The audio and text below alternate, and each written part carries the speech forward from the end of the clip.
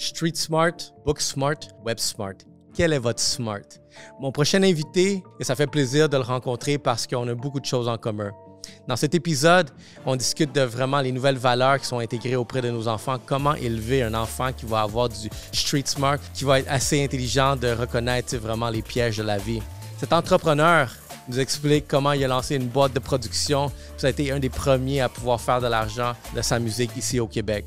Et ensuite, une nouvelle académie qui vient ici justement pour convertir vos side hustles en réalité. Pour tous ceux qui sont intéressés vraiment à développer leur sens critique du hustle, cet épisode est pour vous. Restez à l'écoute et joignez-vous à la discussion. Guys, c'est le soir, on est fatigué, on doit manger, mais par où commencer? Regarde, c'est très simple. Ça se passe avec une pizza, et pas n'importe quelle pizza. La pizza qui encourage LOC Podcast, et on parle ici de pizza Salvatore. Juste pour vous, guys, n'oubliez pas d'utiliser mon code promo YSP pour 10% de rabais sur prochaine commande et rajoutez un peu de extra fromage, des ailes de poulet. Regardez, c'est correct de le faire, je suis très fitness, mais je le fais aussi. Pour moi, ça fonctionne. C'est ça la balance de vie. Donc, encourager Salvatore, c'est encourager LOC Podcast. Let's go, guys.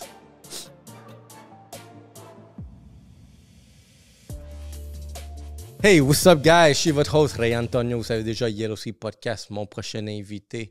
Je vais vous présenter un hustler, un entrepreneur créatif. Et je vous présente Izo. What's up? Hey, what's up? What up, what up? Yeah, what's up, man? Merci de l'invitation. Ben, merci d'avoir accepté. Puis, c'est un plaisir. J'ai toujours un plaisir à parler ou rencontrer des personnes qui viennent justement de ces côtés obscurs de la ville où est-ce qu'on est élevé par les adversités, je pourrais dire. Yes, beaucoup d'adversité. Parce que je trouve que ça crée des gens assez uniques. Puis moi, je l'ai vu de mon bord. Je pense que j'ai été un peu dans toutes les facettes sociales, mais justement, comme si tu dois penser à qu'est-ce qui crée une personne, je trouve que je viens à la conclusion que le plus d'adversité que tu as eu, c'est tellement vrai, bro. Le plus tu deviens une personne comme assez sharp plus tard. C'est tellement vrai. Puis c'est drôle, je pensais à ça récemment aussi, puis je suis en train quasiment de me dire, est-ce que c'est pas vraiment tout comment la vie a essayé de nous casser qui a fait qu'en ce moment ou dans notre vie maintenant, on est plus résilient, puis on est plus fonceur, puis on a comme moins peur, dans le fond, tu comprends? Oui. Tu sais, des fois, je pense que tout le monde, même moi, comme se dit, comme shit, j'aurais voulu être riche. Je suis comme non. Yeah. Parce que je trouve qu'on aurait manqué tellement de choses qui font en sorte qui tu es comme personnalité. 100%. Tu sais, quand tu vois, mettons, genre le profil typique d'un trust fund baby, là, tu sais, où est-ce que les choses sont données, l'accès, tout est accessible, fait que ça crée un certain type de personnalité où est-ce que, vraiment, comme du moment que quelque chose va mal, ils ont la misère à gérer, à contrôler parce que, yo, t'as jamais été là, t'as toujours eu genre un coussin pour venir te sur... T'as toujours eu un filet. Fait que, tu sais, quand t'as pas cette sensation que si tu tombes, tu peux mourir, mais tandis qu'il y en a d'autres que s'ils tombent, il y a toujours un filet, les parents, tu comprends, qui fait que ils sont toujours comme confortable, tu comprends ce que je veux dire? J'ai eu une invitée à un moment donné, je ne veux pas la dévoiler, mais regarde si t'écoutes ça. On a parlé de la faillite, mais quelque chose que j'analysais, c'est que elle a grandi dans une bonne famille, puis il n'y a rien de mauvais à ça. Mais je trouve que le fait aussi que, parce que son histoire, c'est qu'elle a fait une faillite très jeune, parce qu'elle s'est lancée en affaires, mais je trouve que, justement, le fait que tu n'as pas connu peut-être la valeur de l'argent de la même façon que peut-être je l'aurais connu. Ouais. Tu as pris des décisions où est-ce que... Puis c'est ça qui, tu sais, vraiment, quand tu l'écoutes aller, ben, tu sais, elle est tombée en faillite, mais justement, je pense que le fait qu'il y avait trop d'accessibilité. OK, je comprends. Ça me fait penser à un truc, je sais pas, tu connais l'émission Shark Tank? Il y avait une investisseuse de Shark Tank qui avait dit, elle investit juste dans les personnes qui ont justement, qui viennent pas de famille de riches ou de... Oh, wow. Elle investit juste dans les gens comme qui ont eu des difficultés, puis qu'elle a dit des enfants qui ont vécu des choses ou des gens qui l'ont pas eu facile, ils ont une flamme que personne, comme que tu peux pas simuler autrement avec l'école, avec peu importe des formations. Elle a dit, elle, c'est son facteur numéro 1 de décider si elle investit avec quelqu'un parce qu'elle sait que ces personnes-là, ils ont quelque chose qui est vraiment unique. Puis, I think it's so true, you know? Mais tu vas voir, on va enchaîner dans le début des discussions où est-ce que j'aime entraîner mes invités. Mais faire un autre parallèle là, avec ça. Il y a beaucoup de jeunes, vraiment, que ces dernières années, mais du monde qui vient travailler pour moi, là, des plus jeunes. Assez souvent, je leur posais tout le temps la première question. Ça a été quoi ta première adversité? Ou sinon, as-tu déjà été bully? Juste voir, puis tu sais, genre, il y a un jeune qui a travaillé avec nous quand même assez longtemps. Puis, plus tard, j'ai compris un peu son upbringing, mais il n'a pas connu le street life. Ouais. Il n'a pas connu de bully. Il n'était pas riche non plus. Il était quand même dans un milieu... un milieu parental qui était un peu dur, ce que j'ai appris aussi avec le temps, mais on dirait qu'il y avait certaines choses que j'ai tout de suite compris, puis j'ai tout de suite même jugé. Je suis comme, shit, OK. Fait que, tu sais, puis il a grandi dans la Rive-Nord. Fait que moi, plusieurs fois, à la joke, je disais... Fuck, il va falloir que je t'emmène dans le hood. Il va falloir que je te laisse là une semaine, là, tout seul. Là. Ouais. Juste pour te mettre un petit peu de carapace, un peu de thick skin, là, parce qu'en ce moment, t'en as pas. Puis t'es facilement genre vulnérable parce que tu lui dis n'importe quoi, il tombait comme yo, tu peux y vendre n'importe quoi, il va l'acheter. OK. Puis je suis comme, encore là, c'est là que je reviens avec le fait que avoir grandi dans un milieu défavorisé, où est-ce que les conditions n'étaient juste pas en ta faveur, ben tu développes cette mentalité-là de hustler. Là, on va parler de street smart. Puis pour moi, le street smart, j'ai toujours essayé de comprendre c'était quoi. Puis le street smart, vite, ça m'est venu juste à... Je suis venu à déterminer que street smart, c'est dans le fond, comprendre la psychologie humaine à son plus détriment possible. Parce que c'est là que le monde commence à réagir comme... Tu sais, il y a du monde là que ils vont vendre leur mère. Ouais. Parce qu'il y a un ego et quelque chose de plus. Tu sais, ce type de personnalité-là, tu commences à le découvrir, tu sais, vraiment. Puis quand tu es mettons, dans le hood, puis genre tout le monde est là pour se hustle. Tu vois vraiment l'humain psychologique à son plus bas. Qu'est-ce que tu es prêt à faire? Tu vas-tu être une personne loyale pour essayer de faire grandir avec tes boys ou tu vas être le dude qui va backstab quelqu'un pour essayer d'avoir un deal? Yeah. Ben, tu vois, pour moi, street smart, c'est surtout être capable de dissocier les opportunités à l'intérieur des opportunités.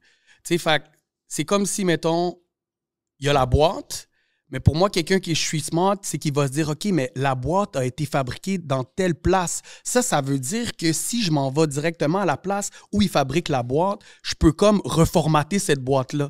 Tu sais, c'est comme vraiment avoir un thinking qui est comme un peu clever, tu sais, très clever, avec un côté, je te dirais, qui aime défier les lois, qui aime défier les règlements. Pour moi, c'est ça un peu le street smart, parce que tu peux être un super bon, quelqu'un qui fait de la business, puis tu sais, qui follow toutes les règles, lettre à la lettre, tandis que tu te rends compte que des fois, c'est pas toujours à l'avantage de la situation, au bénéfice du groupe ou pour toi-même. Fait que, tu sais, moi, le côté « je suis smart », c'est là que je le vois aussi. C'est comme, OK, c'est où on veut arriver, c'est quoi le but, comment qu'on peut faire pour que, dans le fond, ça se fasse le plus efficacement possible sans nécessairement penser qu'on va pas perdre des poils en le faisant. Tu comprends ce que je veux dire?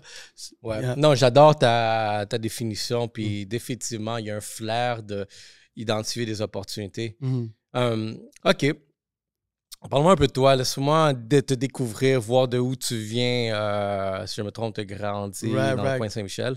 Non, ben moi, en fait, j'ai des business à Saint-Michel, mais à la base, j'ai grandi à Québec. Moi, je viens de Québec. Fait que ça fait maintenant 20 ans que je suis à Montréal. Je suis arrivé à Parkex. Après ça, j'ai habité downtown pendant peut-être comme 15 ans. Après ça, Saint-Léonard, tout ça. Mais à la base, je suis pas un gars de Saint-Michel. Okay. Toi, tu je vois le lien exactement. À cause de ma business et tout. Mais non, tu sais, j'ai eu beaucoup d'affinités avec Saint-Michel. J'ai souvent travaillé avec plein d'entreprises à Saint-Michel. Fait que c'est comme si, depuis que je suis arrivé à Montréal, j'ai toujours eu comme des connexions, on pourrait dire. Mais non, c'est ça, c'est pas là que j'ai grandi. En gros, moi, bro, je suis comme un peu, je te dirais, un gars, un autodidacte de la vie, bro. Tu comprends? Fait que j'ai eu différents chemins de carrière dans la musique qui m'ont amené dans l'entrepreneuriat. Mais à travers tout ça, tu sais, j'ai vraiment fait mon chemin toujours avec un hustle mind, tu sais. Puis comme, j'ai jamais voulu faire comme que les autres faisaient, tu comprends? Fait que c'est ça qui a fait que j'ai réussi à me démarquer, je te dirais, de mes pairs, à peu importe les paliers que j'étais. Tu sais, back in the days, par exemple, les gars, tu sais, ils voulaient faire de la musique, fait que là, on faisait de la musique. Eux, ils étaient contents de juste faire de la musique. Moi, j'étais comme, ben non, si moi, je fais de la musique, je veux être payé. Fait que là, je vais trouver un record deal. Fait que là, une fois que je trouve le record deal, OK, ben là, je veux fructifier, faire que mes ventes sont dans les magasins. Je veux faire que mon vidéo, il est pas juste sur YouTube puis j'ai du fame. Je veux être payé pour la Soproc. Je veux être payé par la Socan. Tu comprends ce que je veux dire? Fait que c'est comme si j'ai toujours, dès mon jeune âge, trouvé à toujours essayer de faire que ça va me rapporter. Tu sais, tu comprends? C'est quelque chose, alors qu'il y en a beaucoup qui le faisaient juste pour le fun, right? So, ça m'a amené de fil en aiguille à faire des business et tout. C'est sûr que, bon, sans te cacher, comme tu dis, avant tout ça, il y a eu plein d'autres business, du shady business, tu comprends ce que je veux dire? Fait que c'est sûr que moi, je viens d'un broken home, fait que c'est sûr que j'ai toujours voulu, l'argent, ça a toujours été important. Quand je dis important, c'est pas l'argent en tant que tel, mais plus le fait que j'ai jamais eu personne qui est là pour me sauver, payer mes affaires, nanana. Je t'en appare depuis j'ai peut-être 16 ans, tu comprends? 16-17 ans. Je paye mes shit, puis tu comprends? Comme pendant qu'il y en a d'autres qui sont en train encore d'être chez leur papa, maman. Fait que quand tu es confronté à toi-même, puis tu sais que t'as pas le choix. C'est comme ton esprit devient différemment. Fait qu'imagine aiguisé là, sur 10, 15 ans, ça fait que tu deviens comme like a beast, tu comprends? Finalement, vous recherchez un habit. Vous savez, c'est l'été, il fait chaud. Vous voulez quelque chose qui va se décontracter. Allez voir Middleman. C'est notre sponsor qui nous encourage ici avec les beaux habits, que ce soit pour n'importe quelle occasion, du prêt-à-porter. Middleman.ca au 88 15 Avenue du Parc, au bureau 201. Donc, encouragez Middleman, c'est encourager Yellow Sea Podcast. Donc, soyez beaux et allez chercher votre prochain habit. Let's go. Prends. Puis, comme j'avais mentionné, tu sais, les adversités, selon moi, c'est qu'est-ce qui fait en sorte qui forge des personnes qui sont hautement talentueuses dans la game de l'entrepreneuriat, de la business. Toi, c'était quoi tes adversités? Y a-tu vraiment une période en grandissant durant cette période-là, on va dire adolescent, où est-ce que c'est là que notre personnalité commence à se forger? Ouais. Quelle a été vraiment vraiment une adversité que toi, tu sais déjà que complètement, genre, shapé ta façon de voir le reste? C'est tellement facile à dire. Ma plus grande adversité, c'était moi, bro. Tu comprends? Dans quel sens? C'est que, tu sais, ma plus grande adversité, c'était moi parce que c'est sûr que, tu sais, ayant un passé un peu trouble, une enfance un peu, tu sais, ayant vu des affaires, c'est sûr que la délinquance a toujours fait partie de quelque chose qui faisait partie de moi. Puis, tu sais, quand t'es jeune, tu t'en rends pas compte, mais tu prends des décisions basées sur le maintenant parce que, tu sais, toi, tu penses que c'est ça que tu dois faire là, sans penser à quel point ça va avoir un impact dans ton futur, tu sais. Fait c'est sûr, tu sais, beaucoup d'histoires, tu sais, qui auraient pu me dérailler complètement, puis, tu sais, faire une erreur fatale qui fait que, tu sais, there's no comeback. Tu comprends? Tu sais, fait que c'est sûr que, je te dirais, la plus grande adversité, ça a été de me combattre, moi, à me dire que that's not the way I want to go. Tu comprends? Je veux pas finir en dedans for life. I don't want to get shot. Tu comprends? Tu sais, I got stabbed. Tu comprends? Fait que j'ai dit, il a fallu que je me combatte moi-même. Fait que oui, il y a eu de l'adversité de la vie, of course. Mais je te dirais, mon plus gros combat, ça a été de juste effacer ou tuer une partie de moi que je sais qui allait jamais me servir à long terme. Puis ça a été tough. C'est fou ce que tu viens de dire parce que, tu sais, j'écoutais un autre podcast où est-ce que des fois, l'affaire, c'est qu'on va grandir, surtout quand on vient de ces milieux-là, on est confronté à voir la vie d'une certaine façon. Puis, dans notre cas, tu sais, ça peut être comme, c'est ton destin, t'es né là, c'est ça les ressources que tu as autour de toi, puis c'est là que je m'en vais, j'ai pas le choix. Puis ce que j'avais écouté que la personne disait dans le podcast, justement, c'est qu'à un moment donné, autour de cette période-là, genre fin adolescence, début adulte, c'est qu'on est tous confrontés à devoir peut-être soit garder cette même mentalité-là, puis ça va nous suivre pour le reste de notre vie, ou t'es prêt à aller, on va dire, dans l'équivalent d'un cold plunge où est-ce que tu vas juste rechanger, rewire toute ta façon de voir, puis ça va être inconfortable. Tu vas devoir abandonner bien des choses que tu pensais c'était ça, des gens. Il y a bien de gens qui vont dire « Ah, t'es plus qu'est-ce que t'es, you switch up », tu comprends? Mais ça, bro, c'est ça le vrai courage, tu comprends? Je veux dire, à la fin de la journée, tu sais, c'est ça, moi, que je trouve que le monde, il devrait se réaliser. Puis moi, en tout cas, j'ai aucun respect pour le monde que si je vois que tu fais la même affaire que tu faisais quand on était jeune aujourd'hui, bro, c'est comme, je veux pas chiller avec toi, bro. Tu comprends? Parce que si t'as pas évolué, il y a pas des choses qui ont changé dans ta tête, puis ta vision de la vie est encore la même, dude, what are we doing? Tu comprends ce que je veux dire? T'sais, moi, mettons, un des arguments que j'ai déjà partagé, c'est surtout, étant un latino, fait que tous les latinos qui sont ici aujourd'hui de mon âge, par exemple, viennent de son genre. Cette première génération-là, à grandir ici, à avoir accès à une éducation. Puis nos parents, ça a été eux qui ont fait le saut. Moi, je viens à l'argument où est-ce que, si tu fais la même chose que qu'est-ce que tes parents font, t'as failed. Comme tes parents, ils ont fait le saut, ils ont fait quelque chose de fou. Puis ils sont partis de loin aussi, là. Puis toi, t'es juste là en train de refaire la même connerie. Pas la même connerie, mais tu sais, comme tu peux avoir un avancement genre de carrière, de professeur, peu importe, tu sais quoi. Tu devrais en faire plus de ce que tes parents. Moi, c'est quelque chose que mon père me disait tout le temps, puis pas son âme. Tu sais, Iso, moi, je veux que tu sois plus que moi, là. Je veux que tu sois plus que moi, là. Tu sais, ça a toujours été quelque chose, puis je trouve que tout parent devrait aspirer à ce que ses enfants nous dépassent, tu comprends? Mais là, ça m'amène à une question que je te pose, bro. Parce que comme tu as commencé, nous, on a eu beaucoup d'adversité, tu comprends? Que là, moi, mes enfants ont pas. Fait que là, je suis en train de me dire, est-ce qu'il faut que je leur crée c'est comme... Non, mais je pense que j'avais vu un sketch, là. C'est comme, yo, il va falloir que, genre, je sais pas, j'avais de... Tu sais, moi, mon père, il m'avait amené en Afrique, là. Il m'avait dit, yo, vas-y, tu comprends? Puis ça paraît pas, mais peut-être ça a forgé, sans parler d'après, qu'est-ce que la vie m'a amené, mais... Est-ce qu'il faut pas créer de l'adversité, man? Faut comme tu les faire struggle. C'est quoi qu'on fait, là? Ouais, regarde. Moi, j'ai 2 petites filles, puis heureusement, fortunément...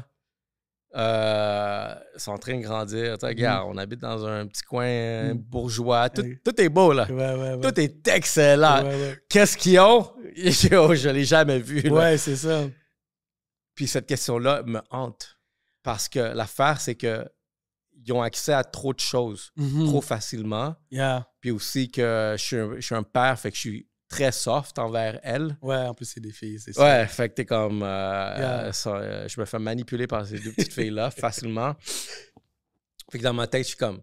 Comment je peux reproduire cette adversité-là qui m'a forgé, qui m'a fait rendu plus fort, qui m'a fait vraiment reconnaître qui sont les bonnes personnes. Développer des skills, un mindset puis, aussi. Malheureusement, j'irais pas les mettre dans le hood. Non, c'est ça. C'est trop dangereux. C'est comme vous trouver des alternatives, right? Selon moi... Ma première intuition serait que à chaque été, je les envoie en République. Ah, that could be something. Il y a une grand-mère, il va y avoir une grand-mère là-bas. Ouais. Ça va en République. Ouais, juste le mouvement. Voir un peu de pauvreté. Ouais. Voir un peu de struggle. Yeah, it is. Voir un peu de coquerelle. C'est ça. C'est pas ta chambre, mais qu'il y ait une petite roach là par là, que tu vois là que... Selon moi, c'est ça Nice. Comme ça, tu sais, au moins, je leur donne cet environnement-là de « Oh shit, c'est vraiment pas confortable comme à la maison, mais c'est temporaire. » I like that. Moi, c'est vraiment plutôt leur dire genre « Everything is earned ». Tout se mérite, rien se donne, tu comprends? Fait que, tu sais, aussi simple que ça peut être, je leur amène à jamais me demander quelque chose. Juste « Peux-tu me donner ça? » C'est pas que je leur fais pas de cadeau, mais plutôt que, je leur fais comprendre que je vais attendre peut-être. Non, c'est chill. Je leur fais comprendre que, c'est ça, tout se mérite. Fait que je leur fais développer l'esprit. OK, moi, là, je veux telle paire de chaussures, je veux tel habit, j'ai vu telle affaire sur Shein ou whatever. OK, qu'est-ce que je peux faire pour l'avoir? Fait que là, maintenant, il m'approche plus en me demandant. Il m'approche en me disant « Hey, papa, si je fais ça, est-ce que je vais pouvoir avoir ça? » Là, je suis comme « peut-être si tu fais ça, puis ça. » OK. Fait que là, c'est comme si déjà, ça développe leur mind que chaque chose se mérite. Tu comprends ce que je veux dire? Fait que là, moi, je trouve que c'est comme une façon de forger un peu ce petit caractère entrepreneurial. Non, justement, le côté entrepreneur, moi aussi, c'est ça que je suis en train de tester, tu sais, vraiment de voir, OK, ben, tu sais, comment tu peux développer un peu de hustle, tu sais, l'opportunité. Je pense qu'il y a quelque chose, c'est quoi qu'on a... Dernièrement, il y a juste eu un petit truc, je trouve, qui était intéressant. Tu sais, c'est des collants, là. Je suis comme,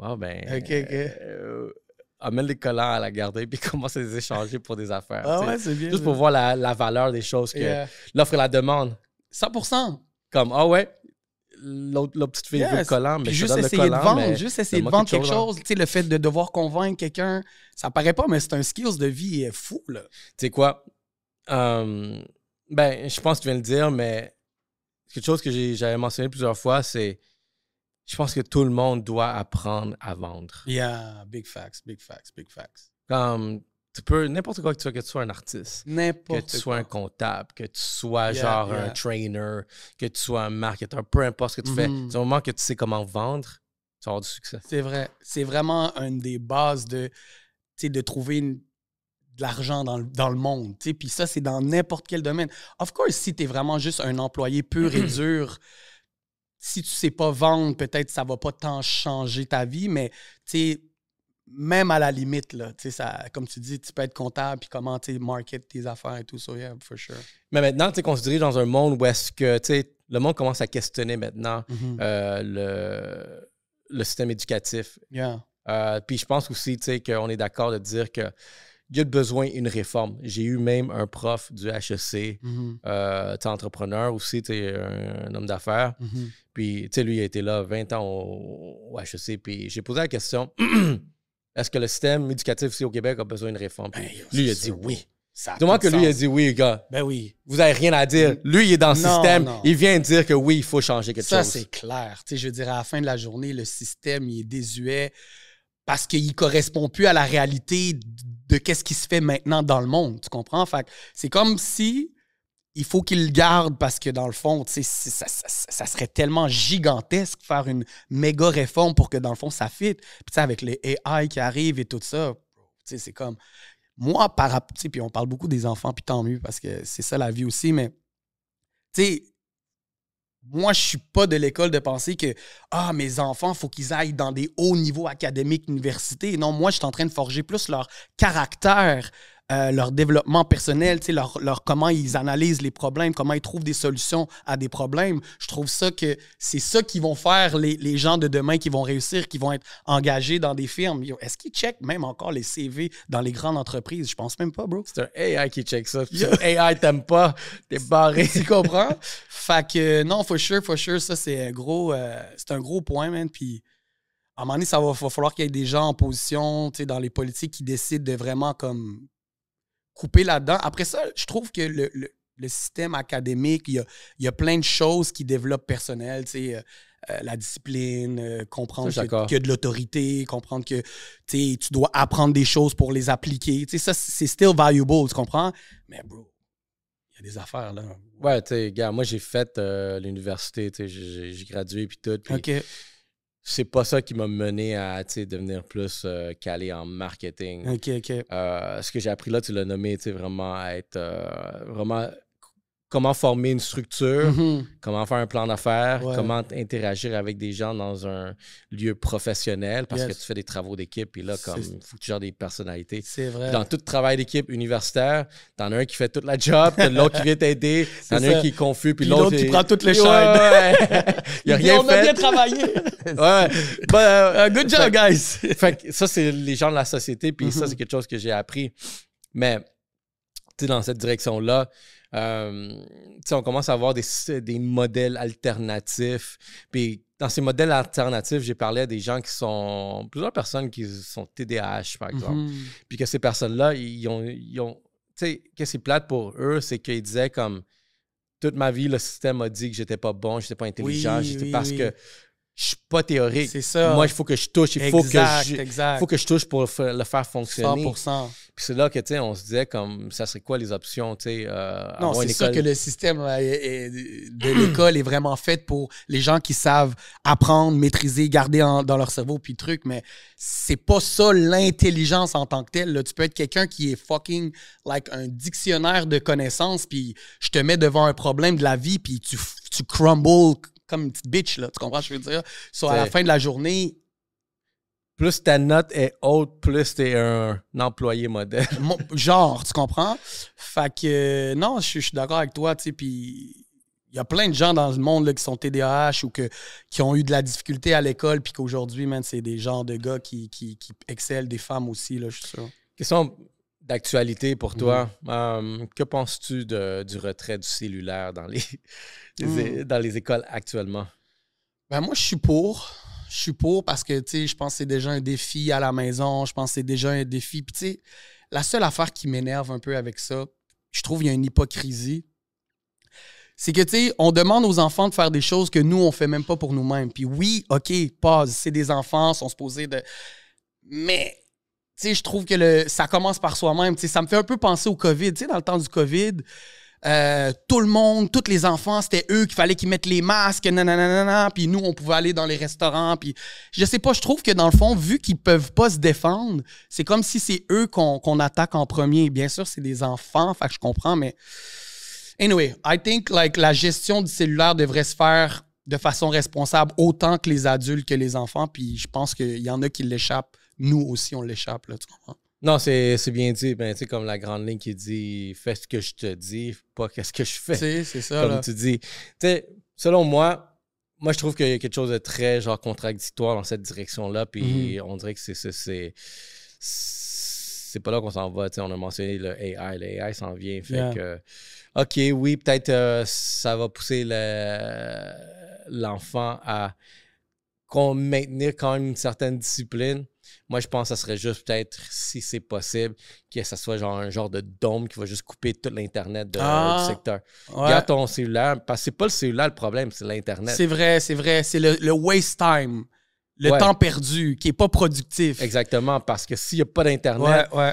t'es pas en train de Snapchat, t'es pas en train de perdre ton temps à fouiller des choses. Puis tu sais quoi? Un des superpowers que le monde ne savent pas qu'ils peuvent avoir, c'est... Je sais pas si toi tu fais ça, puis probablement parce que la plupart des gens qui ont un mind de développement le font. Tu peux pas juste utiliser ton téléphone juste pour perdre du temps. Tu comprends? Moi, à chaque jour, j'alloue un temps, genre 1 heure. Ou si je vois que je suis en train de scroll, je me dis, OK, là, arrête de scroll, puis va chercher de l'information. Fais quelque chose qui va être productif, tu comprends? Mais ça paraît pas, là, mais juste ce 25 minutes par jour que tu fais a tellement d'incidence sur du développement qui peut arriver, tu sais. Fait un des superpowers que je dirais au monde, c'est fais que ton téléphone, c'est un outil, puis pas juste quelque chose qui fait juste suck all your time, you know? Ouais, genre. Yeah. C'est un drôle de monde. C'est un drôle de monde dans lequel on s'en va, tu sais, par rapport à la relation, tu sais, les enfants, les prochaines générations. Tu sais, regarde, moi, mon bébé, là, comme... tu vois que, justement, c'est là que tu vois que, tu sais, tellement que on est pogné sur le cellulaire, le bébé observe ça, puis pour elle, c'est déjà que c'est un outil primordial. Et elle va avoir 1 an, là, puis tu vois, c'est déjà que elle voit genre de bouger le doigt, ça crée quelque chose. C'est ça. Fait que je suis comme, yo, ça apprend vite. Ah oui, puis même les jouets maintenant pour les bébés, là, c'est rendu, tu sais, des genres de tablettes, là. Ouais. Que là, tu sais, fait que là, ça fait des bruits. Tu sais, avant, c'était des trucs manuels, fallait que tu roules, fallait que tu fasses des tu comprends? Là, c'est rendu, tu mets un genre de gros iPad dans le bunk, comment on appelle ça? Le bunk bed? Ou dans le lit, là. Le lit, là. Superposé. En tout cas, l'affaire où on met les bébés, là. So, man, non, sérieux, c'est un gros défi, puis c'est drôle parce que moi, j'ai toujours été un peu anti trop consommation de cellulaire jusqu'à temps que, tu sais, dans le fond, je me rends compte que il y a beaucoup de mes business qui passent à travers les réseaux sociaux, mon téléphone. Fait que là, c'est comme si ça a un peu apaisé, mis le genre de un band-aid sur ma conscience qui est comme, yo, bro, c'est pas ça la vie. Besoin. Tu comprends? Mais là, ça a un outil, ça me sert. Mais la limite est tellement comme mince, des fois, ça me sert, puis c'est en train juste de prendre de mon temps. Fait que là, j'ai mis comme des limites, puis tout, parce que ça passe vite, ça peut aller vite. Ouais. Parle-moi de business. Fait que là, t'as été en business toute ta vie. T'as-tu déjà eu une job? Oui, quand j'étais jeune, j'ai travaillé, bien sûr. J'ai commencé à travailler super jeune, justement, parce que moi, mes parents, ils m'avaient inculqué vraiment ça. Like, you go get it. Même, moi, j'habitais chez mes parents, je pense que j'avais comme 16 ans, 17, 15, 16. Puis ils commençaient déjà à me demander de payer une partie de loyer. Là. Je viens de ce genre de mindset. Ouais, cette culture-là. Je viens de là, tu comprends? Puis, fait que là, tellement j'étais jeune, je payais, il fallait que je travaillais et tout. Sinon, en cours de route, j'ai eu différents job-ins. Comme toute personne, là, obviously, j'ai travaillé. Qu'est-ce que j'ai fait, man? Télémarketer, probably, something like that. Mais après ça, j'ai transitionné vraiment. Un matin, je me suis levé, j'étais supposé d'aller au work, whatever. J'ai dit non, it's a wrap. Puis ça fait peut-être, je sais pas combien de temps, là, peut-être plus 20 ans et plus. Depuis ce matin-là que j'ai juste décidé de pas aller, je suis plus jamais, retourné travailler pour quelqu'un per se. Puis c'est là que j'ai embarqué plus dans tout ce qui est ma carrière musicale et tout ça. Fait que là, j'ai débloqué des subventions, travaillé avec des maisons de disques et tout ça. Fait que de là, fil en aiguille, j'ai développé aussi la vidéo. Je fais de la vidéo, photo. C'est le côté créatif. Tout le côté créatif, mais le côté créatif en essayant de le monnayer, tu sais. Fait que, T'avais quel âge quand t'as commencé la musique? Puis, fait que, dans le fond, mon premier album, c'était en 2007. Mais la musique, j'ai fait ça depuis que j'ai comme 12 ans.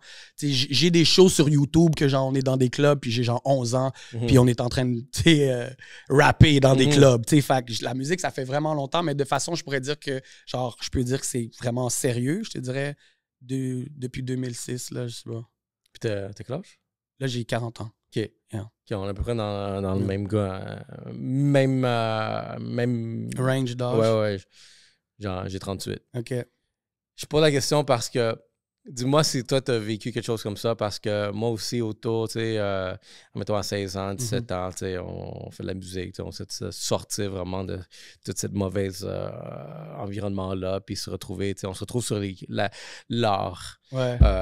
Puis c'est du rap, fait que, tu sais, j'ai grandi dans du 50 Cent, là. Fait que, nice. Moi, j'ai grandi sur du 50, là, c'est du lit, là. Surtout ça, fait que c'était ça. Mais, sur mes idoles, ça, c'était ça que t'écoutes, là. Fait que t'as ce genre d'ambition-là à un moment donné, là. Okay. Mais, fait qu'autour de là, 16, 17, 18, 19 ans, tu sais, comme, tu fais de la musique. J'écrivais, fait que j'ai développé une plume à écrire, tu sais, vraiment... beaucoup en métaphore. Okay.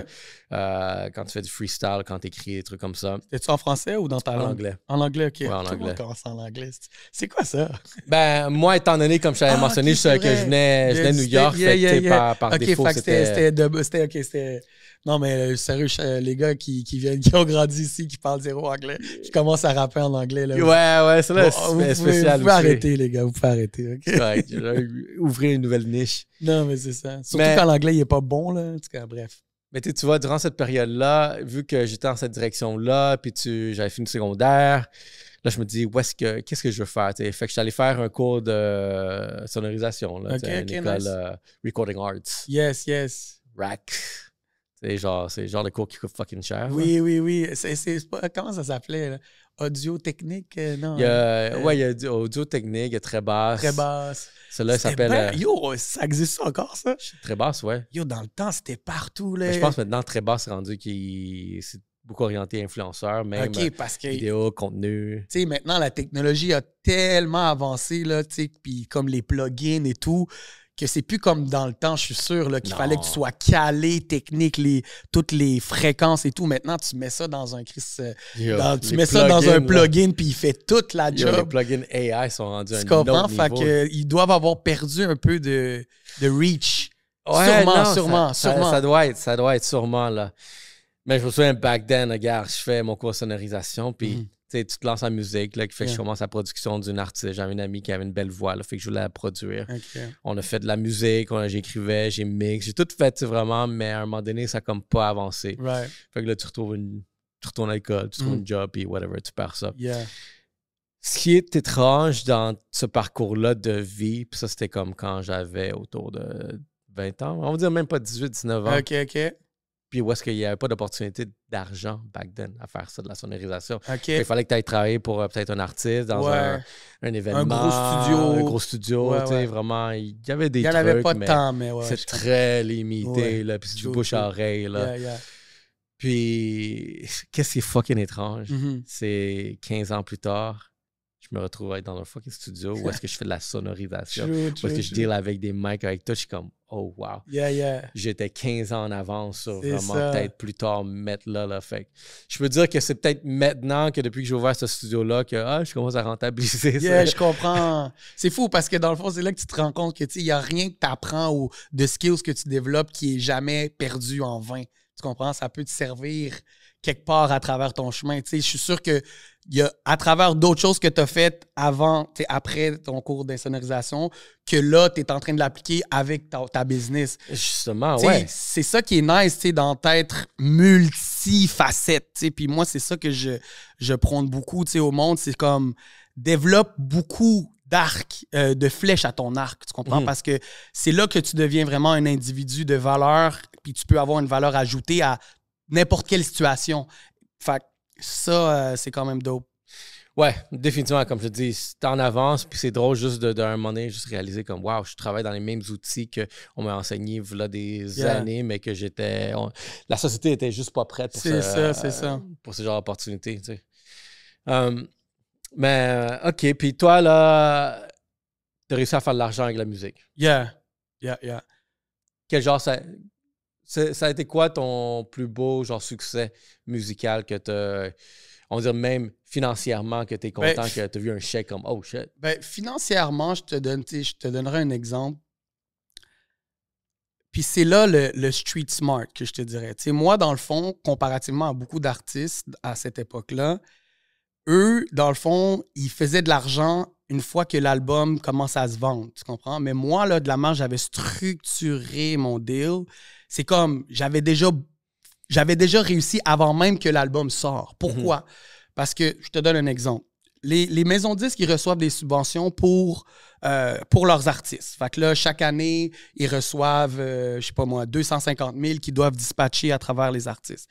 Ce que les gens, ils n'avaient pas compris, en tout cas, de ce que j'ai pu comprendre, c'est que les artistes, là, les maisons de disques, eux, ils payent plein de gens. Fait que là, toi, t'es un artiste. Fait que là, moi, je vais payer 10 000 $ pour faire un vidéoclip à Y. Je vais payer 15 000 $ à lui pour faire ta pochette. Je vais donner 15 000 $ à telle personne pour faire ta communication. Dans le fond, tout l'argent que la maison de disques reçoit pour la subvention va partout sauf à l'artiste, toi. Tu comprends? Moi, j'ai dit « Hell to the motherfucking no ». All the money that you're about to send this way, you're gonna make it this way. C'est comme ça que j'ai créé ma production, MBA Production. Parce que j'étais comme, c'est pas vrai. Moi, je vais faire les vidéos. Moi, je vais faire l'infographie. Moi, je vais faire ci. Moi, je vais faire ça. Tu comprends? Fait que prépare tout ton budget là, que t'allais genre envoyer à gauche, à droite à des gens qu'il va falloir que je leur explique ma vision, qu'il va falloir que je leur dise, puis que peut-être je vais pas être satisfait parce que c'est pas ma vision. Le chèque, il va aller à... Fait que dans le fond, je me suis engagé pour faire ma musique. Je sais pas si tu comprends. Je comprends 100%. Fait que, tu sais, déjà là, c'est pour ça que je te dis, tu sais, il y avait le rapper, mettons. Fait que là, il y a le rapper. Mais moi, je m'assurais que ma production paye le rapper. Tu sais, moi, quand j'allais dans le studio, j'étais payé de l'heure. Tu comprends ce que je veux dire? So, that's a game that a lot of people ne le savaient pas parce qu'ils se disaient, c'est cool, tu sais, je vais avoir un vidéoclip avec... telle compagnie qui fait des gros vidéos, nanana. J'étais comme, hell no, bro. Viens ici, man. On fait le vidéo. Je vais apprendre à faire du montage. Je vais demander à mes boys de trucs. Je vais les payer un peu. Puis that's it. Tu comprends? Fait que c'est comme si that's how I was able to... Puis tu vois, c'est super intuitif parce que je trouve qu'il y a personne... J'ai pas entendu encore quelqu'un qui était dans ce domaine-là qui, peut-être maintenant, le monde commence à se réveiller parce que les modèles d'affaires sont un peu différents aussi, puis les opportunités sont à un autre niveau. Ouais. Mais back then, j'ai aucune recollection de quelqu'un qui était l'artiste, mais qui a ouvert une business de production. Fait que dans le fond, toi, tu signes avec le label. Yeah. Le label reçoit l'argent, les fonds. Fait oui, il paye la production. Il paye la production. Fait que dans le fond, il y a juste à payer la compagnie de production qui est à toi ou sinon tu le mets au nom de ta mère. Puis, puis à partir de là, c'est là que les fonds restent avec toi. Puis toi, tu vas juste comme justement dispatcher toutes les richesses autour pour bâtir le projet. Puis, again, toujours dans l'idée, on parlait street smart, c'est ça, tu comprends? Tu sais, eux, ça change rien parce que techniquement, il faut juste que le travail soit fait, puis il faut qu'il soit bien fait. Tu comprends? Puis au final, c'était même à notre avantage parce que je te donne un exemple, puis tu le sais, si tu as été dans le game, tu le sais. Tu vas aller voir une compagnie. Moi, là, si je vais voir, mettons, je suis maçonnier, je sais comment faire de la brique. Si je veux faire de la brique chez nous, là, si je demande à un contracteur de le faire, il va me charger, je dis un chiffron, 10 000 $. Mais moi, je sais que là-dessus, tu sais, il fait quasiment 50 % de profit. Si moi, je décide de faire la brique, ben, je ne vais pas me charger 10 000 $, je vais me charger 5 000. Mais moi, ce que je vais pouvoir faire, c'est que je vais pouvoir faire 2 étages au lieu de juste un. Fait que techniquement, même avec le fait que ils payaient ma prod, on en avait plus pour notre argent. Fait que sur papier, on finissait avec plus de stock que si on avait juste décidé de sous-contracter des gens à gauche, à droite. Fait que it was just making so much sense for me and pour la maison de disques. Puis dans le fond, ça faisait que le dollar, il devenait encore plus puissant, right? Moi, j'ai une grosse opinion par rapport à les subventions, puis c'est peut-être un sujet qu'on pourrait aborder après, mais en ce moment, tu sais, le label ici au Québec qui reçoit une subvention puis qui distribue vraiment les fonds à un artiste qui a du potentiel. Ouais. Est-ce que le label a pour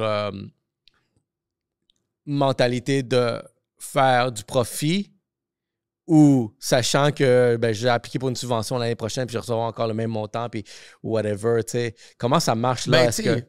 L'affaire, c'est ça, c'est que oui, c'est jamais. Ils reçoivent pas 100% de l'argent, eux, ils doivent toujours mettre un pourcentage. Fait qu'en général, c'est 50-50, je te dirais. Fait que si, mettons, tu me donnes une subvention de 100 000 pour un album, moi, techniquement, en tant que. Je mette un autre 100 000, right? Fait que oui, il faut, de un, qu'il y ait du profit parce que la personne va aller rechercher son argent.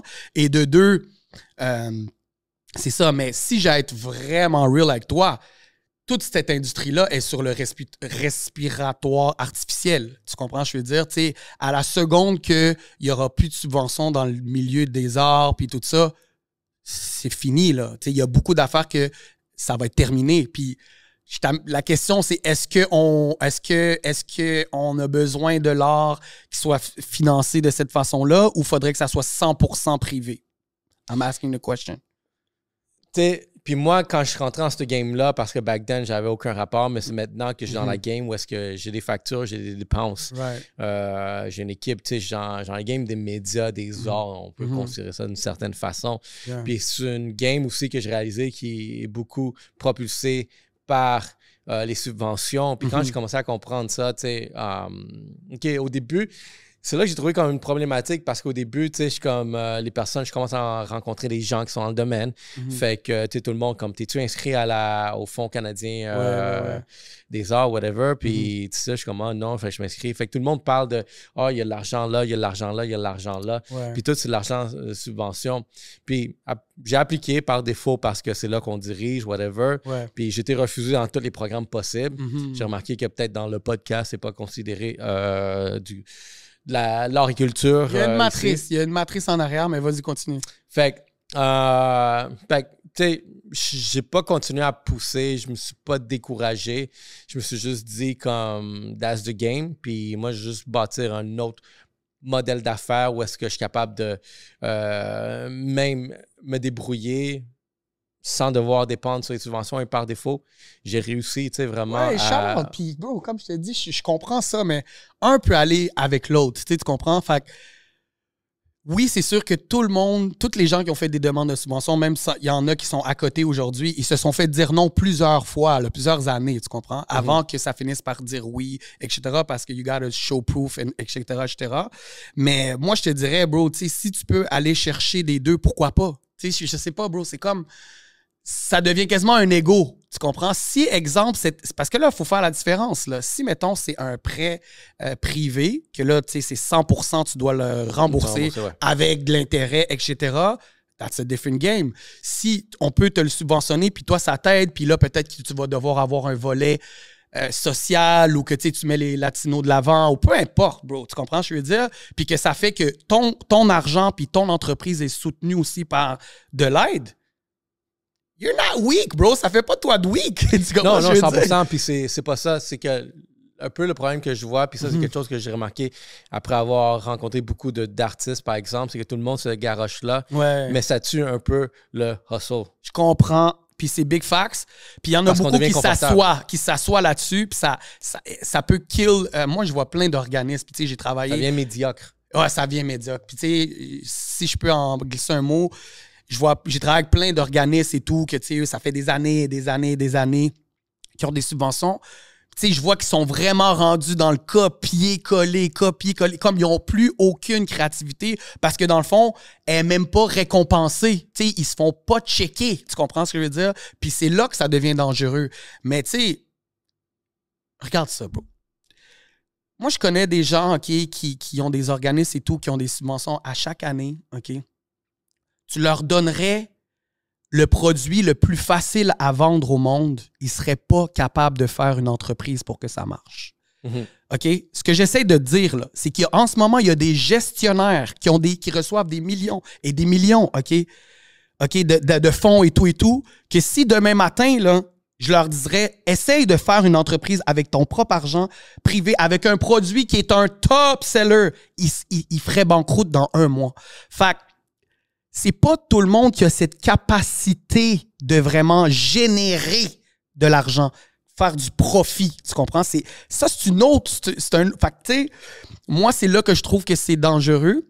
Mais si je prends toi, par exemple, qui a déjà commencé, qui l'a fait avec ton propre truc, dans le fond, tu sais, une subvention ou des financements de gouvernement, peu importe, ça pourrait juste être un levier pour toi, bro, tu comprends? 100%, c'est un levier.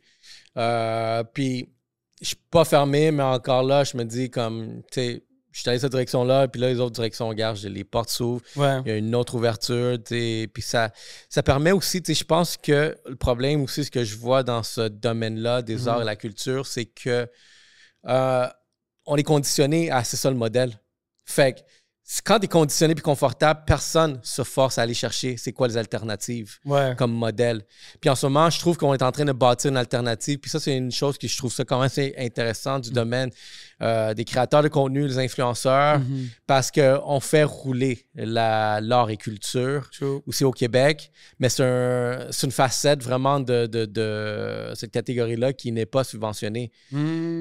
C'est vrai, hein? Les influenceurs J'ai vu qu'elle allait avoir un cours là, maintenant à l'école d'influenceurs. J'ai vu ça. J'ai vu, je connais le dude qui Jay Grandmont, que c'est un grand porteur, c'est vraiment quelqu'un qui encourage beaucoup, qui veut plus enlever les nuances, vraiment, c'est quoi le marketing d'influence, puis c'est quoi les opportunités, comment en faire genre une carrière pour Borderline. Fait que c'est là, je l'ai vu justement avant-hier, genre le post qu'il faisait. Mais tu sais, c'est nice, puis c'est sûr que c'est une nouvelle économie. Moi, je pense qu'il y a peut-être beaucoup de désillusions quand même là-dedans. Tu sais, je connais pas tous les détails des influenceurs et tout, mais outside looking in, je sais que c'est pas parce que tu as un gros following puis que tu as plein de gens qui t'influencent que nécessairement you're making money out of it, assez pour vivre bien ou très bien, je te dirais. Après, comme je te dis, c'est peut-être parce que j'ai pas parlé avec les bonnes personnes. Je veux pas, I'm not trying to shit on anybody, mais je vois qu'il y a beaucoup de gens qui le font encore pour le clout. C'est ça le problème, ouais. Fait qu'il faut trouver le... c'est pas tout le monde qui a le mind de dire, OK, comment je peux capitaliser mon influence? Comment je peux capitaliser mes réseaux? Il y en a que c'est vraiment juste un ego boost, là, tu comprends? Ici, au Québec, ce que je pourrais réaliser, je pourrais dire que peut-être 5% des influenceurs, peut-être 10%. Ben, 10, c'est pas on beaucoup. Va dire 10. Hey, c'est pas beaucoup, man. C'est pas beaucoup, mais qui sont capables de vivre à temps plein. Ben, c'est pas beaucoup, ça, bro. c'est vraiment pas beaucoup. Si, mettons, tu prends j'arrête dans la rue 10 personnes, puis je leur montre un influenceur de, on va dire, 150 000 abonnés, qui est beaucoup, là, on est d'accord. Je suis sûr que la plupart diraient, ils font du cash. Puis tu sais comment je m'en suis rendu compte? À un moment donné, ben, justement, mes enfants, ils checkent les réseaux sociaux. Puis à chaque fois qu'ils voient quelqu'un qui fait « Hey, il doit être riche, il est riche. » Puis c'est comme, il faut que je leur fasse comprendre que c'est pas parce que t'es famous que t'es riche. Là. C'est pas une équation directe. Tu comprends ce que je veux dire? Fait again, il faut en prendre, il faut en laisser. Mais je pense que c'est en train de se placer vraiment pour ça. Puis tant mieux, hein, tant mieux. Ben oui, c'est en train de se placer. Contrairement aux États-Unis, je pourrais dire même que la statistique est beaucoup plus élevée. OK. Je serais prêt à dire que peut-être 30%. 30%, aux États-Unis. OK. Mais parce que derrière cette composante-là, il y a l'aspect hustle. Parce que, comme je te dis, moi, j'ai rencontré... Moi, étant à la tête d'une boîte de création de contenu comme qu'est-ce qu'on fait ici, je deviens la personne qui commence à avoir un peu de le behind the scene puis le front end. Yeah. Autant que je suis front, autant je suis behind. Yeah. Je suis un consultant aussi. Le monde m'approche puis je fais... On m'a posé la question plusieurs fois, j'ai de la misère à répondre. Est-ce que tu fais ça à temps plein? Est-ce que je pense que oui, je peux accepter que je fais du podcast à temps plein. Okay. Puis c'est peut-être pas le podcast directement qui génère mon argent, mais l'environnement autour qui paye les bills. Mais exactement, j'ai rencontré énormément de personnes qui ont x10 le nombre de followers que j'ai. Puis ils ont la misère à faire de l'argent. Là. Ils ont des jobs genre de centre d'appel. Là. Ça, tu vas jamais le voir dans leur stories. Tu vas pas voir ça. Tu vas voir les brand collabs. C'est ça. Puis ça, tu sais, shit, c'est nice. T'es invité là, t'es invité là. Mais je suis comme, beaucoup de brand collabs qui sont pas payantes. Fait que, à la fin de la journée, comme je t'ai dit, c'est une industrie qui est quand même récente, qui est en train de se développer. Mais là, ce qui est bien, c'est qu'il y a beaucoup de compagnies qui ont compris la puissance de ça. Et ils sont en train de transférer tout l'argent qui allait à la télé, qui allait dans ça, sont en train de le retransférer vers les influenceurs. Puis je pense que quelqu'un qui est quand même aiguisé puis qui settle pas for less va toujours pouvoir y arriver. Puis c'est ça. Après ça, c'est le brand, de devenir un brand aussi en tant que personne. Ça, c'est vraiment quelque chose là, de nos temps. Là. Ben, tu vois, justement, je pense que, je vais donner un gros shout-out à Salvatore, premièrement, gars. Vous savez déjà, utiliser YSP, c'est le code promo. Parce que cette entreprise-là, justement, ici, elle a compris. Puis, malgré les controverses qu'ils ont eues dernièrement, la culture des influenceurs, des créateurs de contenu au Québec, elle vit à cause de eux. Dope. Il n'y a aucune autre entreprise québécoise privée qui met autant d'argent dans ce game-là que eux. Nice. Puis si ça ne serait pas pour eux, ça serait pas... Il y a beaucoup de choses qui ne seraient pas comme ça. On ne serait pas comme ça. OK. Même si je ne vais pas le cacher, Black Box, on ne serait même pas dans la même direction. C'est des jeunes quand même qui sont à la tête. Ils sont en trentaine. Puis tu vois, c'est ça que ça t'explique tout. Tu comprends? Parce que des baby boomers qui sont pas là-dedans, ils vont être encore essayer d'être des pages jaunes. Tu comprends ce que je veux dire? J'ai fait une collaboration. Puis regarde, une opportunité que j'ai développée à tous ceux qui sont intéressés, qui l'ont en eux, le hustle. Moi, étant donné, encore là, je suis dans cette boîte-là, ben, je deal énormément avec des créateurs de contenu, des podcasters, de tout ce monde-là, des influenceurs. Ben, par défaut, vu que j'ai un talent d'aller closer des deals, aller chercher des sponsors, ben, je suis devenu un agent. J'ai ouvert une branche de moi qui est agent de créateurs de contenu. Nice. Je close des deals pour d'autres personnes qui n'ont pas la capacité de closer des deals. Ben, comme on parlait en intro, tu as vu la boîte, mais tu as dit, OK, mais si je regarde la boîte d'un autre angle, peut-être je peux me placer de cette position-là pour que la boîte n'est pas juste efficace quand je la regarde de ce côté-là. Tu comprends ce que je veux dire? Fait que street smart.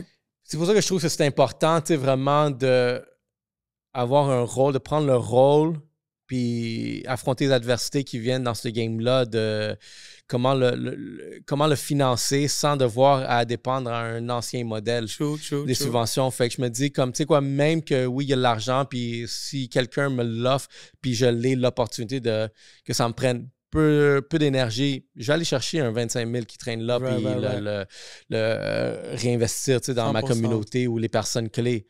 Mais sinon, je veux continuer à développer le modèle d'affaires ici, comment on peut être 100% privé sans devoir à dépendre de ce modèle-là, puis voir comment on peut être beaucoup plus de personnes à justement en vivre de ça. Moi, comme je t'ai dit, je suis down. Question, est-ce que tu penses que tu n'as pas une pensée limitante face à ça vu que tu t'es fait dire non 2-3 fois? Puis que là, tu te dis fuck that, t'es peut-être dans ton ego en fait. Ça se peut. Parce que, tu sais... L'ego, il joue... Parce qu'il y a ce feeling-là, tu sais, fuck off, tu sais, j'ai essayé. Puis là, c'est comme, vous allez voir. Tu comprends ce que je veux dire? Fait que, tu sais, je sais, il y a peut-être dans le fond, c'est comme un mécanisme que tu as développé comme de défense dans un certain sens. Puis là, je fais une petite psychanalyse avec toi. Nice, j'adore ça. Parce que dans le fond, pour moi, c'est comme, as a hustler, you never leave money on the table. Tu comprends? So, if you do, it's because emotionally, there's something that you don't like about asking or doing it. But if it's still possible, tu vas quand même y aller. Fait que, you know what, bro? Fuck that. Trouve quelqu'un qui sait faire des demandes. Fais-le pas toi-même. Fais-le faire par quelqu'un qui va remplir les papiers, qui est bon là-dedans. Puis je vais même te donner un petit in. Souvent, la personne qui signe les demandes, qui fait la demande, augmente le potentiel d'acceptation de genre 40%. Pourquoi? Parce que c'est comme si eux qui donnent les subventions et tout, il y a quand même des rapports humains, tu comprends? Fait que, OK, c'est telle personne, on est habitué ici, la demande est en bonne et due forme. Fait qu'un des gros sous-hustle, c'est pas le faire toi-même, c'est trouver les personnes qui ont déjà fait des demandes, qui ont déjà été acceptées, puis tu te dis, bah, je te donne 15%, fais-moi la demande. When the money arrives, I got you. Mm-hmm. Do that. Yeah. Je suis pas fermé à l'idée. J'ai d'autres arguments pour supporter. Yo, le truc est parti, la télé. Mais non, c'est ça, bro, parce que yo, c'est quand même quelque chose. Là, puis... Non, c'est sûr. Dernièrement, tu as fait une annonce, tu avais une belle business que tu as travaillé fort. Oui. Je sais c'est quoi, puis tu as fait une annonce, tu as vraiment tourné la page. Yeah. Comment ça a été, ce sentiment-là? Ça a été spécial. Ça a été très spécial parce que c'est comme j'avais vraiment le vent dans les voiles, puis tu sais, tout allait bien. Mais il y a comme plein de choses circonstancielles qui sont comme tombées tout en même temps. Puis que là, c'est comme, fallait que je prenne une décision qui a été tough, que j'ai décidé de fermer. Mais pour de vrai, maintenant, là, tu sais, comme maintenant que je suis un peu déconnecté de ça, je pense que c'est bien. Pourquoi? Parce que dans le fond, j'avais plus autant de... Tu sais, moi, dans le fond, c'était juste un autre de mes hustles. Tu comprends ce que je veux dire? Puis moi, je suis tellement passionné, je suis tellement comme let's get it, build, que tu sais, moi, I go hard, tu sais, sinon, oublie ça. Tu comprends? Je fais pas rien à moitié. Mais c'est pas comme si j'ai toujours eu un appel là, de me dire je veux faire un magasin, un barbershop, puis tu sais, tout ça. Tu comprends? Fait que je l'ai fait, j'ai tellement apprécié, ça m'a tellement donné de gains, puis de connaissances, puis de communauté que je regrette rien. Mais je suis comme, maintenant, je suis en paix, mais c'est sûr que c'est quand même tough, là, tu comprends? Tu sais quoi? J'ai parlé à une couple d'entrepreneurs, mais c'est juste ça que je fais de toute façon. Mais il y en a un particulièrement, tu sais, lui, c'est un OG, il a 50 ans. Okay. Puis il me parlait d'une de ses entreprises, la deuxième qu'il a eue, qui s'est retirée. Ce qu'il dit à un moment donné, genre, j'ai plus la flamme. Mm-hmm. Comme tu vas au travail, puis tu vas juste gérer, tu fais ci, tu fais ça, mais c'est plus pour la même raison pourquoi je l'ai débuté. Exact. J'ai débuté ça, puis il dit, lui, son conseil, c'était comme, si t'es pas passionné par la business que tu fais, t'es dans une prison. Exact. Puis, ta meilleure stratégie, c'est juste en sortir. C'est ça. N'essaie pas de continuer quelque chose que tu vis pas bien. Là, t'es pas bien. Moi, j'ajouterais là-dessus, là où ça pourrait faire du sens de quelqu'un, parce que j'ai pas l'impression que tu peux être passionné forever, ever de quelque chose, à moins que c'est vraiment quelque chose intrinsèque depuis que tu es jeune, puis quelque chose de puissant. C'est que si, mettons, tu es capable de t'assurer que ta business se roule sans que tu sois là. Tu comprends? Ça, c'est une autre affaire. Tu sais, moi, si j'aurais pu, genre, être au Sénégal, pas avoir à même gérer rien, j'aurais, tu sais, ça aurait été différent. Je m'aurais dit, tu sais, je peux faire d'autres choses, mais quand tu dois toujours physiquement être impliqué, avoir à oversee not everything, but a lot of things, c'est là que, oui, je peux comprendre que tu dis, you know what, tu sais, peut-être c'est le temps de passer à d'autres choses, tu comprends? Mais il y en a qui sont capables, là, tu sais, de créer des business, puis que ça devient comme, ça roule tout seul. Puis là, ça, c'est dope, parce que là, tu peux passer à d'autres choses. Mais c'est rare, tu sais. Moi, j'ai des amis qui ont des business de multimillions, puis sont encore dedans, là, tu sais, je veux dire. C'est très dur. The bigger it is, the bigger t'as plein d'affaires à gérer, puis les problèmes, ils arrivent à tous les jours, là. Fait que, yeah. Non, fait que, tu sais, mais là, tu l'as fermé, mais tu pensais peut-être à la solution de vendre ce projet à quelqu'un d'autre? C'est ça, oui, j'y ai pensé pendant un certain temps, mais c'est que de la manière que moi, j'avais structuré la business, c'était comme, il y avait plusieurs compartiments, puis ça ça pouvait pas se faire de bien. Tu comprends? Ouais, C'était comme pas un bloc que je pouvais juste vendre. Il y avait comme différentes parties et tout. Fait que l'option, ça a juste vraiment été de passer à d'autres choses. Puis j'ai comme tout vendu, toutes les équipements. J'ai tout liquidé. Get the money back. Puis yo, Mais tant mieux parce que j'ai une amie aussi qui avait comme un studio créatif. Là, puis je pense qu'elle a fait peut-être 2 ans. Puis quand elle l'a fermé, elle a dit comme wow, je viens de m'enlever un poids. Puis ça peut devenir. Je peux respirer, je peux faire d'autres choses. 100%. Qui passionne plus. Yeah. Un sujet qui m'intéressait aussi d'aborder avec toi. Là, je vois que tu es sur un fitness challenge. Yes! Yo, c'est fou parce que, tu sais, moi, j'ai joué au basket longtemps, là, comme c'était vraiment le basket, ma vie et tout. Puis d'ailleurs, qui m'a beaucoup aidé à forger aussi mon mindset, tu sais, au-delà du street, mais le sport, c'est un gros canalisateur de développement personnel. Mais j'ai tellement laissé ça, tu sais, j'étais tellement plus en shape depuis longtemps. Puis là, c'est drôle, c'est justement avec la fermeture, c'est comme si ça m'a libéré du temps vrai, physique, mais du temps dans ma tête. Fait que là, j'étais comme, I need to get right with me. C'est comme si quand tu fais des entreprises, puis tu le sais, on est quand même axé au service des gens. Oui, ça nous fait de l'argent, peu importe, mais à la finale, tu es là pour servir des gens, une communauté, right? Des fois, ça fait qu'on s'oublie un peu, tu comprends? Puis moi, je trouve que là, ça a été un bon moment de me dire, OK, what do I want? Tu comprends? Puis c'est là que j'ai dit, le fitness doit revenir quelque part dans mes top 3 de mes priorités. Je suis d'accord avec toi, puis j'ai vécu par ça aussi en 2023, 2024. OK. Entre la fin 2023 et genre 2024, j'ai eu une période où est-ce que j'étais sur un stress immense financier avec tous les business, l'économie recommençait. Vraiment, 2023, c'était dégueulasse comme post-COVID. Fait que ils ont essayé de faire de l'argent pendant que tout le monde est endetté. C'est fou. C'est tough. Puis moi aussi, j'étais impacté par ça. Puis dans ma tête, j'étais convaincu que, OK, si je coupe un peu le gym, j'ai plus de temps à bouger, être dans la business, puis essayer de la faire rouler, pour la remonter. Juste pour me rendre compte que avoir oublié le fitness est en train de me tuer encore plus que jusqu'à temps, à un moment donné, là, j'ai eu comme... j'ai une opportunité qui s'est levée. J'en ai fait référence déjà. Shop Santé, j'ai commencé une collaboration avec eux. Puis ça m'a comme remis. Comme, oh wow, là, j'ai un nouveau deal, j'ai une nouvelle collaboration. Puis c'est axé fitness. Fait que t'as comme pas le choix de rentrer back dans ce game-là. Puis du moment que je suis retourné, vraiment à me dédier à être en shape, autant physiquement, mais mentalement, la business a reparti. Non, mais ça fait du sens. C'est un moteur, right? C'est comme un fuel. Fait que, tu sais, moi, là, c'est comme quand même récent. Fait que je te dirais que là, je suis plus raqué que je feel good. mais tu sais, j'aime qu'est-ce que ça fait. Il y a un côté ça défoule, ça enlève du stress. On dirait comme tu dors mieux.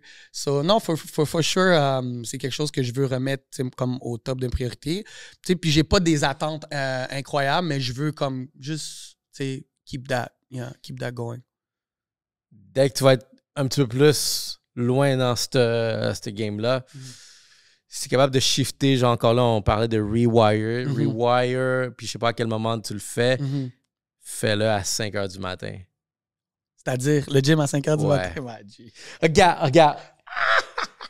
Yo, vous êtes des fous, vous autres. Yo, vous êtes des malades mentales, bro. Là, c'est quoi, là? Ça, c'est l'affaire de cold plunge, mettre sa tête, puis tout ça, là? Ça tend. Moi, j'en fais pas. S'il est là, je le fais, mais il y a fuck la tendance, je m'en fous. Ouais. Parce que dans tous les livres de business, d'entrepreneurs, beaucoup vont avoir des posts qui vont dire Jeff Bezos se réveille à cette heure-là, Elon Musk se réveille à cette heure-là. Ouais. Puis tu sais, non. C'est pas ça. C'est pas parce que les autres ils se réveillent à cette heure-là puis ils vont au gym à 4-5 heures du matin que tu dois le faire.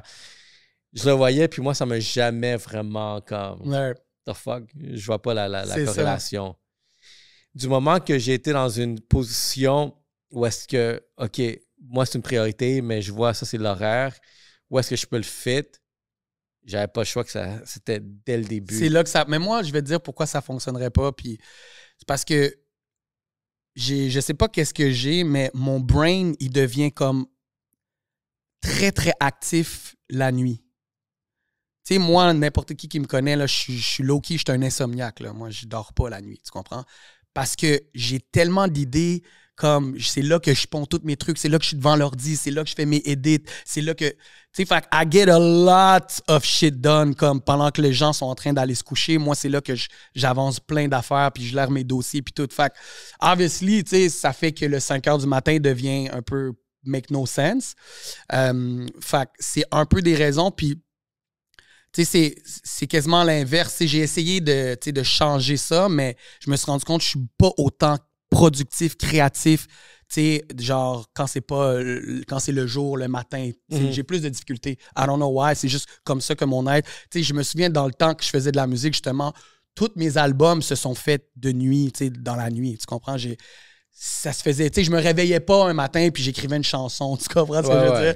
Fait que, again, tu sais, c'est sûr, la musique, c'est un autre truc, mais c'est juste pour te dire, c'est comme ça que j'ai développé mes trucs. Fait que moi, là, tu sais, n'importe qui me connaît me dit, OK, Iso, là, il est embarqué, là. Moi, là, je te dis, bro, la nuit, là, c'est comme ça peut faire peur, là. Je suis comme... c'est comme je fais des calculs puis tout, puis là le lendemain là j'exécute genre tout ce que j'ai vu dans ma tête, tu comprends, que ce soit physique ou peu importe. Fait que ça me sert bien. Fait que c'est pour ça que quand j'entends les gens en personne, je suis comme down, mais c'est parce que j'ai déjà une formule qui me plaît bien, je te dirais. Est-ce que tu vas à un gym genre normal ou un J'ai pris un cours de fitness avec J-Train, shout out J-Train. C'est comme un challenge de 60 jours. Comme je t'ai dit, ça tombait bien. C'est comme un peu dans la fermeture, nanana. J'ai vu qu'il a posté, on se parle comme sur les réseaux. Fait qu'il m'a dit, j'ai dit, oh, you know what? Let me take, you know what's funny? Parce que ça s'appelle D30. Fait que là, je pensais que c'était 30 jours. Fait que là, j'arrive là-bas. Je suis comme, OK, 30 jours, every day, parce que c'est quasiment tous les jours. Tu comprends? Fait que là, je suis comme, ça va me faire du bien. Jusqu'à temps que j'arrive le premier jour, il me dit, non, c'est 60 jours. J'étais comme, arrête. Mais tu sais, c'est intense, mais je suis sûr que je vais continuer. Mais je me suis dit, tu sais, moi, je suis un gars de défi. Fait que je me suis dit, let's go, let me do it. Yeah. N'importe quoi qui implique du fitness que j'ai réalisé après 3 semaines, c'est là que t'es in. C'est ça. Là, j'étais à ma 3e semaine. Là. Fait que là j'ai embarqué le beat. Comme mes muscles sont moins sores un peu, puis je sens plus les impacts positifs. C'est 2 choses que je remarque. C'est la première chose, au bout de surtout 3 semaines, après avoir été, admettons, genre très discipliné, tu commences à avoir des résultats que toi, tu peux percevoir. True. Les autres personnes vont voir comme, oh, ta face, elle a l'air plus slim, ton ventre, ou whatever, ta peau, tes cheveux, whatever. Mais toi, je pense qu'autour de 3 semaines, tu commences à le percevoir. Une fois que tu le vois, tu es comme, oh, wow. C'est ça que 3 semaines fait. Si je fais un autre 3 semaines, ça va être encore plus. Non, c'est motivant. Puis c'est là que tu es comme... Ça te donne le drive, puis là, tu sais, d'embarquer l'alimentation et tout. So, yeah, man. Most likely, je suis très down avec ça, puis c'est cool, for real. Puis si je ne me trompe, là, tu m'avais parlé d'un projet qui s'en vient. Genre, tu m'as échangé que c'était... ça impliquait la formation. Parle-moi ça, de ce projet-là. Ben, tu sais, en gros... J'ai toujours été quelqu'un qui partage beaucoup de mes connaissances, puis je donne beaucoup d'astuces à n'importe qui que je rencontre, que ce soit amis, connaissances. Puis les gens viennent beaucoup vers moi aussi pour avoir des conseils et tout ça, parce que je me présente pas comme un mentor à personne ni comme un coach à personne, mais étant donné qu'ils observent mes actions, puis je pense que la meilleure façon de montrer t'es qui, c'est en le faisant. Les gens, naturally, ils viennent vers moi pour comme peux-tu me suggérer? Puis j'ai aidé beaucoup de gens dans leur business à travers ça. Puis j'ai décidé que c'est quelque chose que j'allais faire de façon plus intentionnelle, tu comprends? Donc, de vraiment mettre une structure, de vraiment mettre... c'est quelque chose que je suis en train de travailler, qui va s'appeler l'Hustle Academy. Là, s'il doit y avoir 40 000 académies à gauche, à droite et tout, qui vont vous dire vous allez devenir riche, vous allez faire 10 000 $ par mois. Moi, je trouve qu'il y a beaucoup de bullshit là-dedans. Puis moi, mon approche, elle va être beaucoup plus genre real, tu comprends? Parce que ce que les gens, ils réalisent pas, puis je le dirais même en business en général, c'est pas parce que tu n'as pas un Foot Locker que tu peux pas avoir un magasin qui fait de l'argent, qui est bon. C'est pas parce que t'as pas un McDonald's que tu peux pas avoir un restaurant qui marche. Tu sais, on a souvent ce complexe-là ou cette idée que si c'est pas comme méga giga, que c'est pas une réussite. Tu sais, puis moi, à travers mes business, tu sais, je me considère quelqu'un qui, tu sais, je suis bien, tu sais, je vis ma vie, tu comprends, I'm good.